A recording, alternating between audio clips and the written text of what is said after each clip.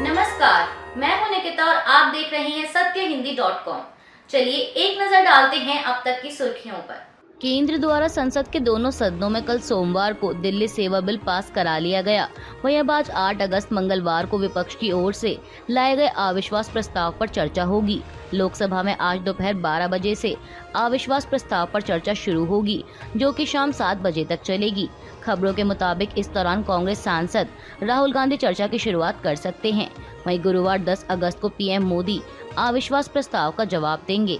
आपको बता दें कि 26 जुलाई को कांग्रेस सांसद गौरव गोगोई ने लोकसभा सचिवालय में अविश्वास प्रस्ताव लाने के लिए लोकसभा अध्यक्ष ओम बिरला को संबोधित करते हुए एक नोटिस दिया था। नोटिस में कहा गया था कि वो और उनके विपक्षी गठबंधन इंडिया के अन्य सांसद सरकार के खिलाफ अविश्वास प्रस्ताव ला रहे हैं, जिसकी वो मंजूरी दे दें। इंडिया गठबंधन की ओर से सदन के नियम 198 के तहत मणिपुर मुद्दे पर अविश्वास प्रस्ताव लाया गया था, जिसे लोकसभा अध्यक्ष ओम बिरला ने स्वीकार कर लिया था। साथ ही बता दें कि अविश्वास प्रस्ताव पर कल 9 अगस्त बुधवार को भी दोपहर 12 बजे से शाम 7 बजे तक चर्चा होगी। इस बीच कल बुधवार को ही गृह मंत्री अमित शाह अविश्वास प्रस्ताव पर बयान दे सकते हैं। इस दौरान वह मणिपुर के हालात पर विस्तार से सरकार का पक्ष रखेंगे।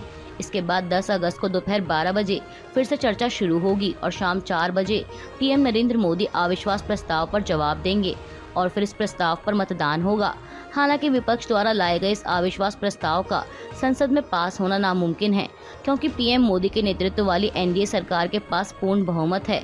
तो ऐसे में स्पष्ट है कि विपक्ष का अविश्वास प्रस्ताव फेल हो जाएगा। लेकिन वही अब सवाल ये भी उठता है कि आखिर विपक्ष इसे संसद में क्यों लाया। इस पर विपक्ष से जुड़े सूत्रों का कहना है कि इस अविश्वास प्रस्ताव के जरिए विपक्ष पीएम मोदी को मणिपुर मुद्दे पर बोलने के लिए मजबूर करना चाहता है। दिल्ली सर्विस बिल लोकसभा के बाद कल सोमवार 7 अगस्त को राज्यसभा में भी पास हो गया। इस बिल को लेकर कल सोमवार की शाम तक इस पर चर्चा और बहस होती रही। इसके बाद गृह मंत्री अमित शाह ने इस बिल को लेकर विपक्ष के सवालों का जवाब दिया और इसके बाद कल रात 10 बजे इस बिल पर वोटिंग शुरू हुई। पेपर स्लिप से कराई गई वोटिंग में बिल के पक्ष में 131 वोट पड़े, तो वहीं विपक्ष में 102 वोट डाले गए।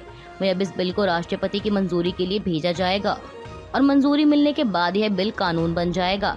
इस बीच अमित शाह ने राज्यसभा में कहा कि इस बिल का उद्देश्य दिल्ली में भ्रष्टाचार मुक्त प्रशासन सुनिश्चित करना है। बिल के एक भी प्रावधान से पहले जो व्यवस्था थी उस व्यवस्था में 1 इंच मात्र भी परिवर्तन नहीं हो रहा है। केंद्रीय मंत्री ने कहा कि यह बिल पूर्व की तरह प्रधानमंत्रियों की सदस्यता बचाने नहीं लाए, इमरजेंसी लगाने नहीं लाए। कांग्रेस को लोकतंत्र पर बोलने का अधिकार नहीं है, आपने देश को इमरजेंसी दी थी। इसके साथ ही अमित शाह ने अरविंद केजरीवाल पर भी निशाना साधते हुए कहा कि आम आदमी पार्टी का जन्म कांग्रेस को गाली देकर हुआ। खड़गे साहब, आप जिस गठबंधन को बचाने के लिए इस बिल का विरोध कर रहे हैं, सदन के बाद केजरीवाल साहब उससे मुंह मोड़ लेंगे। विपक्षी गठबंधन इंडिया पर भी गृह मंत्री ने हमला बोलते हुए कहा कि कांग्रेस को पता है कि अकेले कुछ नहीं होने वाला, इसलिए गठबंधन बना लिया। केरल में कांग्रेस और लेफ्ट एक दूसरे के खिलाफ हैं, लेकिन गठबंधन में इलू इलू कर रहे हैं। आप 4-5 दल और जोड़ लें, फिर भी 24 मई 2024 को नरेंद्र मोदी ही प्रधानमंत्री पद की शपथ लेंगे। इस बीच अमित शाह ने कहा कि 8 से 10 अगस्त तक लोकसभा में अविश्वास प्रस्ताव पर चर्चा होनी है। संसद में दिल्ली सेवा बिल के पास होने के बाद दिल्ली के मुख्यमंत्री अरविंद केजरीवाल ने अपनी प्रतिक्रिया देते हुए कहा कि संसद में अमित शाह ने कहा कि हमारे पास कानून पारित करने की शक्ति है, आपको लोगों के लिए काम करने की शक्ति दी गई है, उनके अधिकार छीनने की नहीं।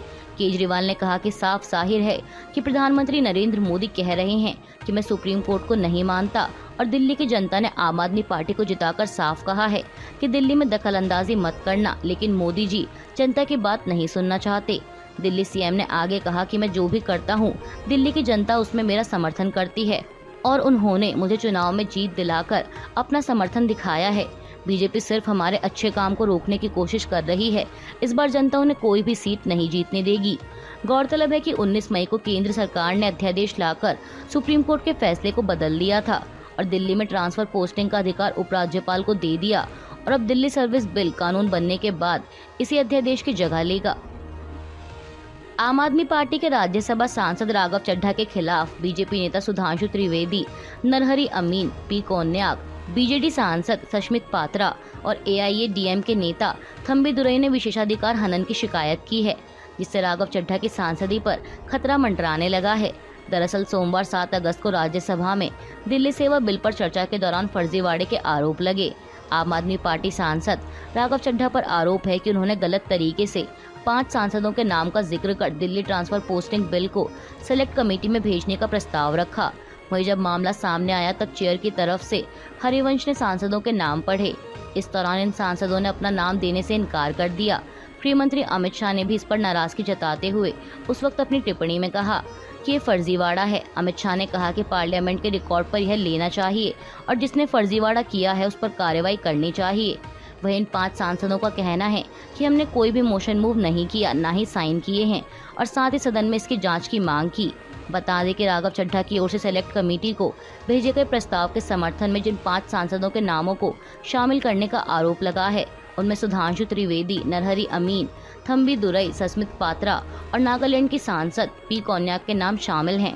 वहीं अब राघव चड्ढा के खिलाफ विशेषाधिकार हनन का प्रस्ताव आया तो उनकी सांसदी भी खतरे में पड़ सकती है। चड्ढा के खिलाफ की गई शिकायत को विशेषाधिकार समिति के पास भेजा जाएगा। समिति शिकायत की जांच करेगी। अगर तथ्य सही पाए गए और राघव चड्ढा 5 अन्य सांसदों के नाम गलत तरीके से इस्तेमाल करने के दोषी पाए गए तो उनकी सांसदी को रद्द करने की सिफारिश विशेषाधिकार समिति कर सकती है। आम आदमी पार्टी के राज्यसभा सांसद राघव चड्ढा के खिलाफ लगाए गए आरोपों पर उन्होंने कहा कि चिंता की बात नहीं है, नोटिस आने दो, मैं उसका जवाब दूंगा। सांसदों के हस्ताक्षर की जरूरत नहीं होती है। हम भले ही इस बिल को संसद में रोकने में सफल ना हुए हों, लेकिन हम कोर्ट में लड़ाई लड़ेंगे। सुप्रीम कोर्ट की संवैधानिक पीठ फिर से अरविंद केजरीवाल के पक्ष में फैसला सुनाएगी। पश्चिम बंगाल के शिक्षक भर्ती घोटाला मामले में 4 शिक्षकों की गिरफ्तारी हुई है। इन 4 शिक्षकों की गिरफ्तारी के बाद उन्हें स्पेशल कोर्ट में पेश किया गया, जिसने उन्हें न्यायिक हिरासत में भेज दिया। बता दें कि इन सभी शिक्षकों पर भर्ती घोटाले में शामिल होने और पैसे के बदले अवैध तरीके से नौकरी हासिल करने का आरोप है। साथ ही बता दें कि इस भर्ती घोटाला मामले में लगातार गिरफ्तारियां हो रही हैं और ये पहली बार है जब इस भर्ती प्रक्रिया के तहत चयनित शिक्षकों को जेल भेजा गया है। इंडिया टुडे की रिपोर्ट के मुताबिक शिक्षक भर्ती घोटाले में सीबीआई ने मुर्शिदाबाद के 4 शिक्षकों सैगर हुसैन, सिमर हुसैन, जहीरुद्दीन शेख और सौगात मंडल को अलीपुर विशेष अदालत में पेश किया था, जिसके बाद कोर्ट ने सभी को न्यायिक हिरासत में भेज दिया। सभी शिक्षकों को 14 दिनों की न्यायिक हिरासत में भेजने के दौरान स्पेशल कोर्ट ने कहा कि ये वो लोग हैं जिन्होंने गिरफ्तार आरोपी तापस मंडल को नौकरी के एवज में पैसे दिए थे। दरअसल सीबीआई की तरफ से इन 4 शिक्षकों को गवाहों के तौर पर पेश किया गया था, जिसे लेकर कोर्ट ने कहा कि चार्जशीट में इन शिक्षकों का नाम गवाह के तौर पर क्यों दर्ज है, जबकि उन्होंने भी नौकरी का आनंद लिया था और वो उसके लिए योग्य नहीं थे। कोर्ट ने कहा कि उन्हें भी आरोपी की तरह देखना चाहिए, न कि किसी गवाह की तरह। इसके बाद कोर्ट ने 4 शिक्षकों की जमानत याचिका को भी खारिज कर दिया। गौरतलब है कि पश्चिम बंगाल में साल 2014 से लेकर 2021 के बीच स्कूल सेवा आयोग और पश्चिम बंगाल माध्यमिक शिक्षा बोर्ड की तरफ से कई भर्तियां की गईं, जिनमें बड़े स्तर पर फर्जीवाड़ा सामने आया। इसके बाद शिक्षा कर्मचारियों की नियुक्ति की जांच करने के निर्देश दिए गए। आरोप था कि एक शिक्षक से इस भर्ती परीक्षा में पास होने के लिए 5 लाख रुपए से 15 लाख रुपए तक की रिश्वत ली गई थी। मामले की जाँच सीबीआई को सौंपी गई और इसमें कई टीएमसी नेताओं का नाम भी सामने आया। अभी के लिए बस इतना ही। बाकी की खबरों के लिए जुड़े रहिए सत्यहिंदी.com के साथ।